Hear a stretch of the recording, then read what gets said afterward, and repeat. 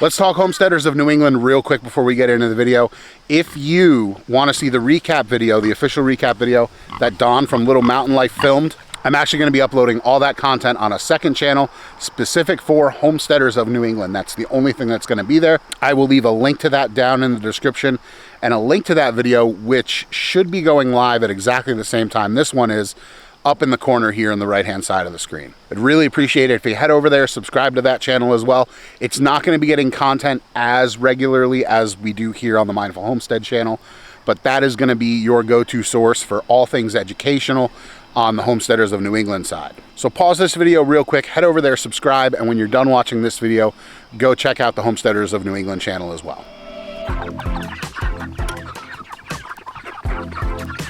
Hello everyone, and welcome back to the really bright homestead. So I'm on Facebook the other day, and that should be your first red flag here. But I'm on Facebook in one of the pastured pig groups the other day, and somebody comes in a totally non-confrontational way and asks what people think of the weight of their pigs. And they post a picture and they mention the age of the pigs and you know, what they've been feeding them, and somebody posts right off the bat asking when was the last time they were wormed and what are you feeding them? And the person responds and says they were wormed when they were little. But the person that asked the question about when they were last wormed responded to that with, your pigs need to be wormed every 3 to 4 months.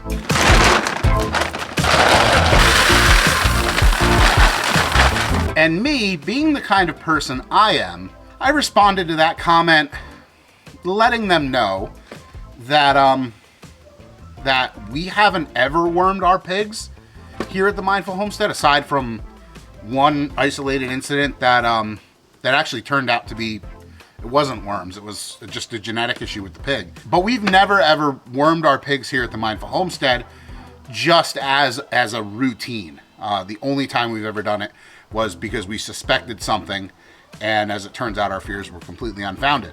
You see, when you talk to people who raise pigs, the issue of worming schedules and protocols and pasture rotation and resting, it's gonna be about as controversial as it can possibly get within the pig world. And I will admit, I got into this conversation knowing exactly where things were gonna go, but I feel like before we get too far into what actually transpired, I should let you know what we do here with our pigs as far as worming protocols and pasture rotation and things like that.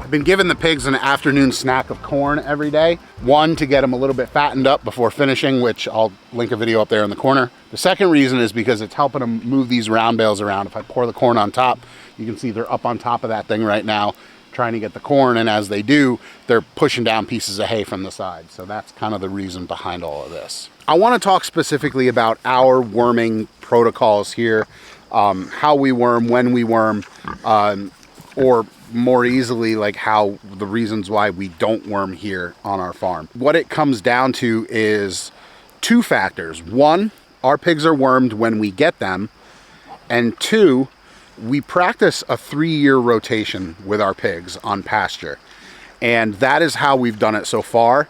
I'm not saying that that's not going to change in the future. It probably will change because we do have a limited amount of acreage on our farm, but the way I look at it is you can mitigate a lot of worm load in your pigs by keeping them off of pastures. Our first year we put pigs in a specific area, and then we slaughtered them in the fall. Nothing overwintered there.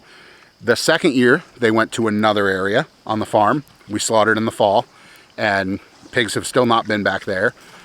Last year we moved our pigs to a third area, and we raised those pigs there, slaughtered them in the fall.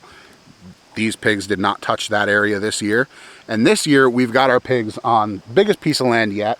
Arguably we've had more pigs this year than we've ever had before, but these pigs are now on a 2-acre piece of land, about 1.5 acres, 1.75 acres, and they're out here. No pigs have been on this land ever, to my knowledge. Nobody used this for pig raising before that I could tell or find. And these pigs, which were wormed before they got here, are the only pigs that have been on this piece of land. And they are the only pigs that will be on this piece of land And next year's pigs will have approximately the same size piece of land on the other side of the driveway, while this piece of land is going to be worked a little bit, seeded, and turned into pasture for sheep down the line. I'm lucky enough that I work with small enough processors that I have been on site for the processing of many of our animals. I've been able to look at livers, I've been able to look at lungs, and I've been able to physically inspect the animals for signs of a worm infestation rather than relying on just a systemic worming protocol that involves giving my pigs worming medication when they may have no worm load. I'm the kind of person that wants to raise my animals as medication free as possible. I don't want to give antibiotics if I don't need to. I don't want to give worming medications if I don't need to. Hi. Want to say hi? No? Okay. And that goes true for these pigs as well with wormers. I'm not going to give them a wormer if I don't suspect there's something wrong or if a fecal's coming back clean. Now, I understand that as things change and we fence this pasture in, and once in a while pigs will be rotated through here, our worming protocols are going to have to change. But here's the thing. If a pig has a known infection or a problem, or it has a worm load, I'm not going to stand by and watch that pig die if I know I can give it medication. That's just kind of my philosophy on everything. I don't want to give it, but if the pig needs it or I suspect that it will benefit from that medication, that's what I'll do. So anyway, this person took my comment to mean that I was ragging on them specifically for their worming regimen, that I felt pigs shouldn't get wormers. And honestly, just to keep it short, it went back and forth a while. She mentioned her rotation pattern. I felt outright that her rotation pattern was too short. Her rest pattern was too short. She was rotating her pigs every 7 days on pasture and only resting those pastures 3 weeks. And my comments may have skewed toward, well, no wonder you have worms in your pigs. You're only resting your pastures for 3 weeks. 3 weeks is not enough time to kind of work those worm eggs out of the soil. And I'll stand by this statement that I never once said what she was doing was wrong. I only said that what she was doing was not the only way to raise pigs and keep them worm free. And that right there is what this video is kind of all about. See, one of the cool things about having a farm YouTube channel that we've grown over the last few years as big as it has is that I've gotten to meet and interact with a ton of different people. I say meet figuratively and literally. I've talked to people in the comments. A lot of you are regular repeat commenters. I've gotten to meet people in person, both at events like Homesteaders of America and Homesteaders of New England, but also just people that I've conversed with, and then our schedules have lined up and I've actually been able to visit other people's farms and other people have visited our farm. Just a reminder, please don't visit our farm unless you talk to us first. It's a little awkward when you show up unannounced. But I've had the ability to speak to a ton of different people and talk to them about the different philosophies of raising animals that are out there in the world and the multitude of different ways that you can go about raising pigs, raising chickens, raising turkeys, raising sheep, which is, you know, a big one for us down the line here. And I've always tried to come at it with an open mind and that there's more than one way to skin a cat, although I'm not sure why I'd want to skin a cat.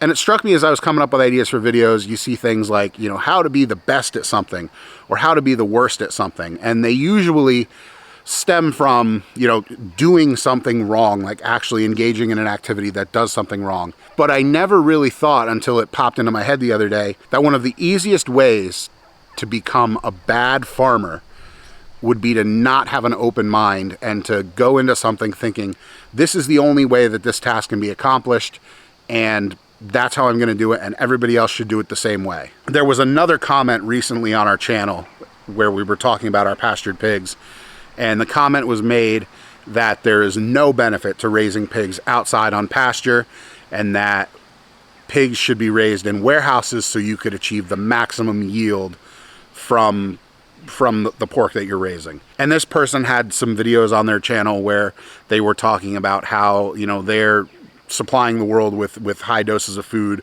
by raising these pigs in confined area feeding operations, CAFOs. They're feeders, always full.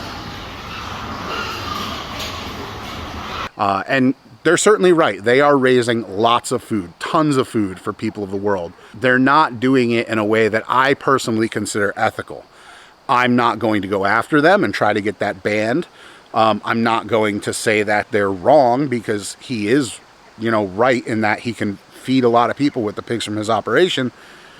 But for me, that's not the way I want to go about it, and I have my own ideas of how I feel pigs especially should be raised. I don't know how or why, but I feel some strange affection to those animals running around on my front pasture there. It ties in with the Cornish cross thing too, and it's raining, so I'm gonna have to cut this video short, but we're gonna go a little bit longer.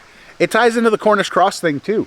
We raise Cornish crosses in a very unconventional manner compared to how probably 99.9% of Cornish crosses that are hatched are raised. We stick them out on pasture, we put them on grass. I put their water at one end, I make them walk back and forth. They live to 10, this batch is living till 11 weeks old, whereas most of them are going to be slaughtered between 6 and 8 in those larger operations. You can find ways to make things work and be in line with what you're looking to do and what you want to produce if you just put the work into it. Don't listen to anybody out there that's telling you, oh, you're doing it wrong. Because as long as humans have been on this earth, we've been coming up with new ways to raise food. And I feel like we're at the point now where there is no one best way to raise food. You could have an herb garden on the windowsill in your apartment, or you could have a 150-acre grass-fed cattle operation out west, utilizing thousands of acres of BLM land to graze your cattle. There is something in between for everybody. So at the risk of somebody in the comments telling me that the title of this video was clickbait, here's what I'm gonna say. The quickest way to become the worst farmer is to have a closed mind and think that there's only one way to do things. Because if you're not able to adapt and change and work around the problems that raising animals throws you, you're gonna fail. Make sure to check out the Homesteaders of New England recap video, again, linked down in the description. Otherwise, as always, thank you for watching and hope you're having a great day. Bye.